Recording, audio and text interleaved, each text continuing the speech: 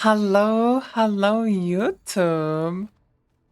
I just finished killing SS-20 and 21. It was a pretty relaxing fight, both of them. The timer on 21 is absolutely absurd. I'll eventually sit down and try and grind this out, but I'm too tired to do it right now. I'm just off the back of a 22-hour stream. But I just want to talk a bit about the character and stuff. So this current setup that I went with is a Tainted Flesh, focus basing, stacking setup. And my scalars that I have in this build is basically focus blessings, obviously, spell bursts, obviously, plus skills, and then I have jumps and also just additional damage when sealed mon life. That's whatever. Jumps is an interesting one. So the reason we go for jumps is because if you look at the chain lightning skill, Wave of Lightning makes it that for every jump you release just an additional chain lightning. And then when you use Chain Lightning Merge, it makes it all of your Web of Lightnings that you shoot out merge onto the same character with an 80% shotgun coefficient. What that means is if your Chain Lightning hits for 100 and you have 5 jumps, it will hit 5 more times for 20.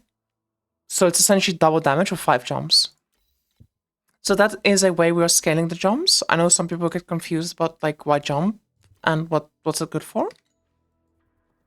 But other than that, let's just talk a bit about the character. So I did go ahead and actually set up a spreadsheet of the character with my current stats in it.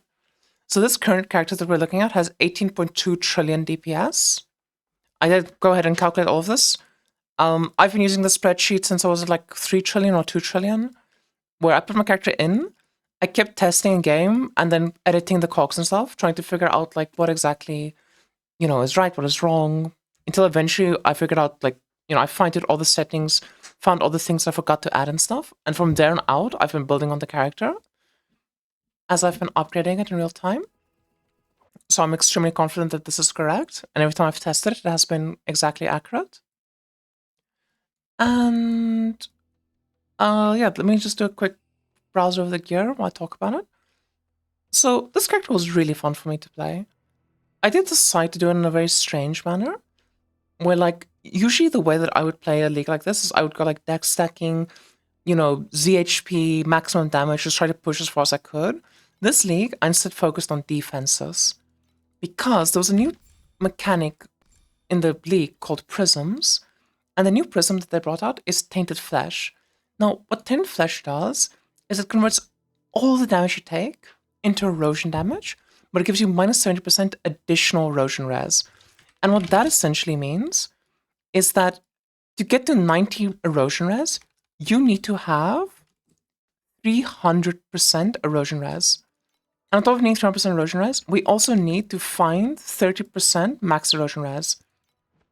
A good place to get that would be obviously on a shield, but as you can see, I am double wanding because I think wands are extremely powerful for spellburst builds.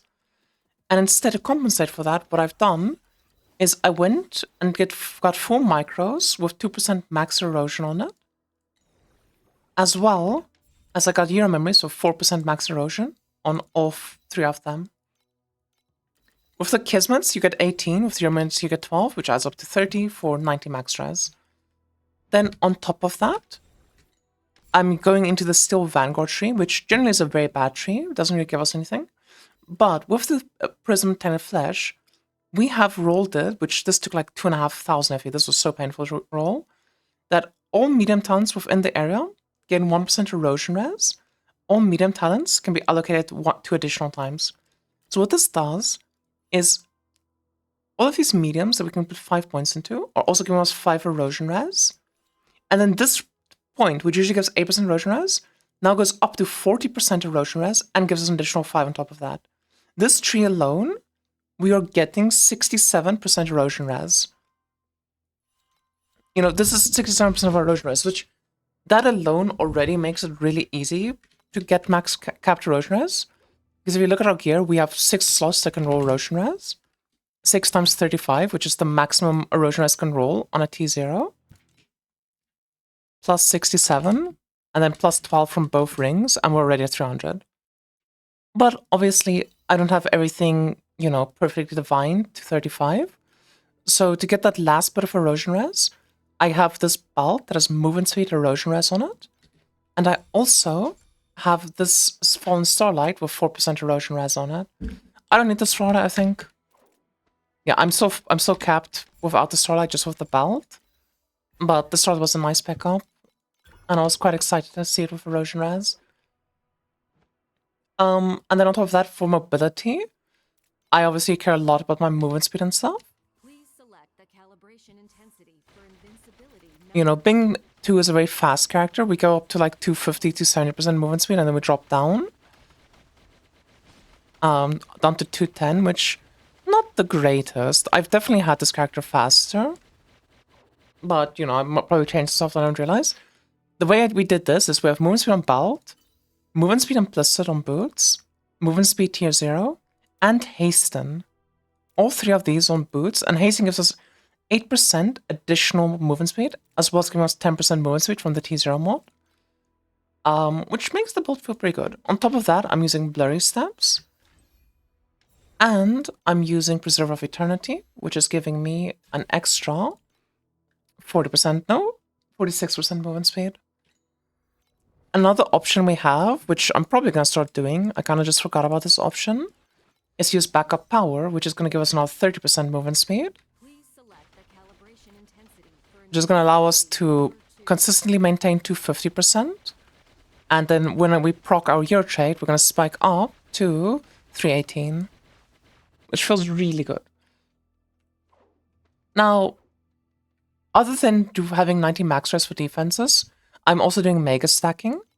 I have rock megas and thunder megas. Eventually, what I intend to do with this character is on my necklace, instead of this damage for a stack of blessing, I'm going to craft this to sealed mana compensation. I've just not been able to hit them all so far.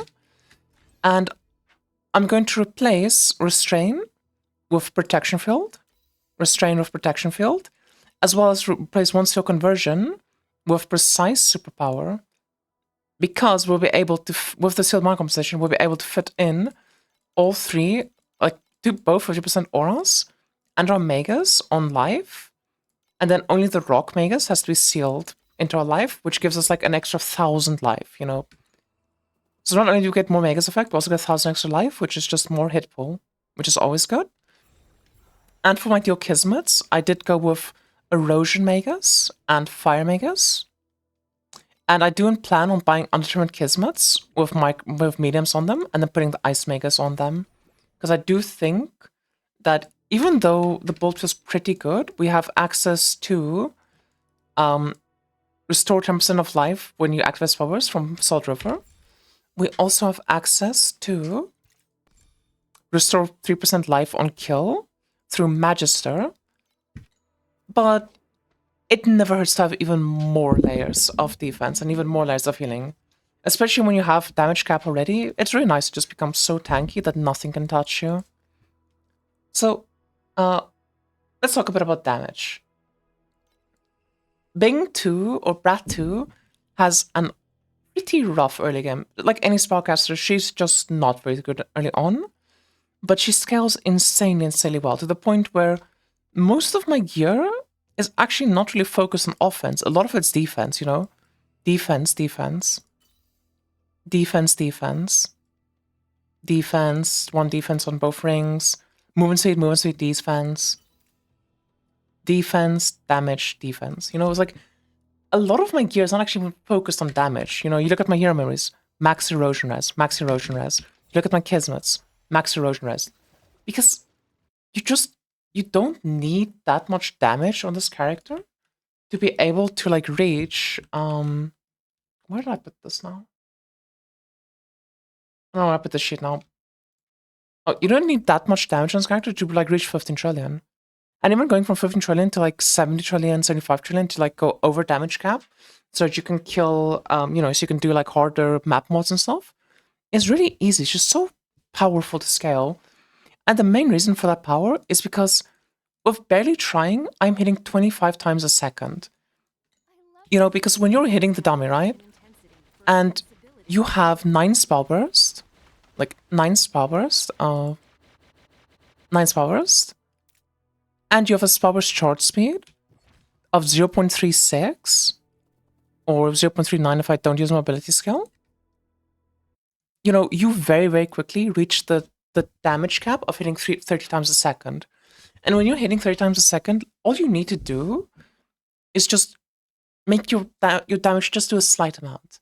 You know, 0.7 trillion, 700 billion per hit. That's not that much per hit. But when you attack 25 times a second, it's pretty damn good. You know, a lot of other builds are going to be doing like 2 trillion a hit, 3 trillion a hit, and attacking less frequently. We just don't care about that. We just go fast. And let me show you some other cool tech. I already showed you the Tainted Flesh.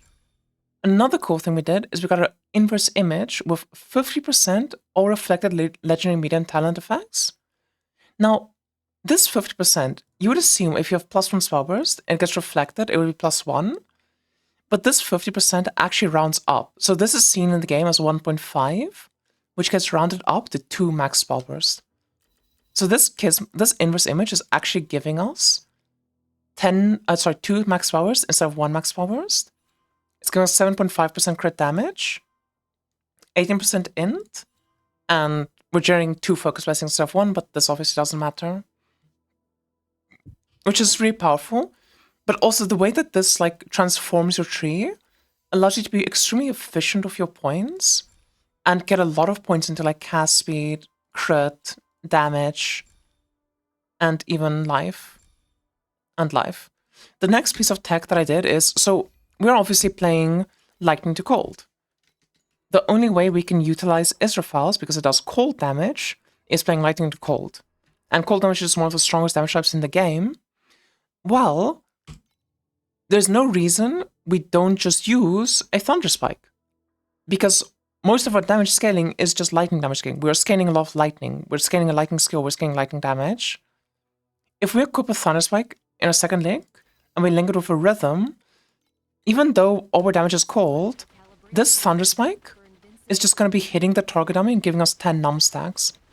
This 10 num stacks, with like, you know, the 63% num effect from here, the 20% num effect on the tree and stuff, is giving us like 80% additional damage against the enemies, almost doubling our damage on a secondary skill, like on a quote-unquote empower skill, on top of giving us access to Queer Angle, which Queer Angle is essentially a 33.3% more multiplier, because Chain Lightning is a lightning spell. It has a massive roll range, and we have additional max damage, so we really want Queer Angle to get the most effect out of our character. I tried to go for the cheapest slate setup. The slates were really cheap in this build. This pedigree, I bought it for 5k. The next day, no, I bought it for 4k, sorry. The next day, this fucking same pedigree was 2k fee. Like 3 of them listed for 2k. And then obviously I went public with the build and, well, yeah, I'm sorry about that. I'm sorry about that. Focus Business Max Force, I bought this for 1.5k. I one-tapped the craft on this, as I literally went in, did Goddess of Knowledge pack ×2. I won the 1 and 3, and then the 1 and 2. It's just that easy. If I didn't win it, I would literally, instead of having this here, I would just have put this slate over here, and then put like a corner or something here instead. That's all I would have changed. Like, it's not a huge deal if you don't win it. But the fact that I won it was really fucking nice, because it made my slate buying easier. This slate, I actually recently swapped to this slate. I was using additional damage after using mobility skill initially, and I literally bought that. 10% additional damage after using mobility skill was spell crit for 90 FE. 90 FE, 2 mod slate. Nice. Mark plus jump, I think this was really cheap as well. How long ago was that? I think I bought this slate for 800 FE or 500 FE. This one was expensive, but I overpaid for it because of the erosion res. I think this was 2k FE or 2.5k FE. This slate was fucking... Okay, this slate I bought today, actually, for Deep Space. The one that I used during bossing. The one that I used during bossing was this one, and I overpaid for it. I bought it for 2K fee back when like sets were cheaper. Nowadays, like I think it is worth 2K fee, and I think it was a good buy. But yeah, we'll see what it sells for. This one, I don't know. I overpaid for this as well. I paid like 1.2K. So some of these starlights were like bought for it really recently, because my initial plan was to actually use this divinity corner that I like crafted. But I quickly realized when I was like doing the math on it, that this slate was just not worth it. Like I should not use it. It's pretty bad. Which is why I just started like emergency buying foreign starlights. This one was like the only one that wasn't an emergency buy, and I got it for a decent price. But I was willing to overpay for it because in my eyes, this is 3 mods.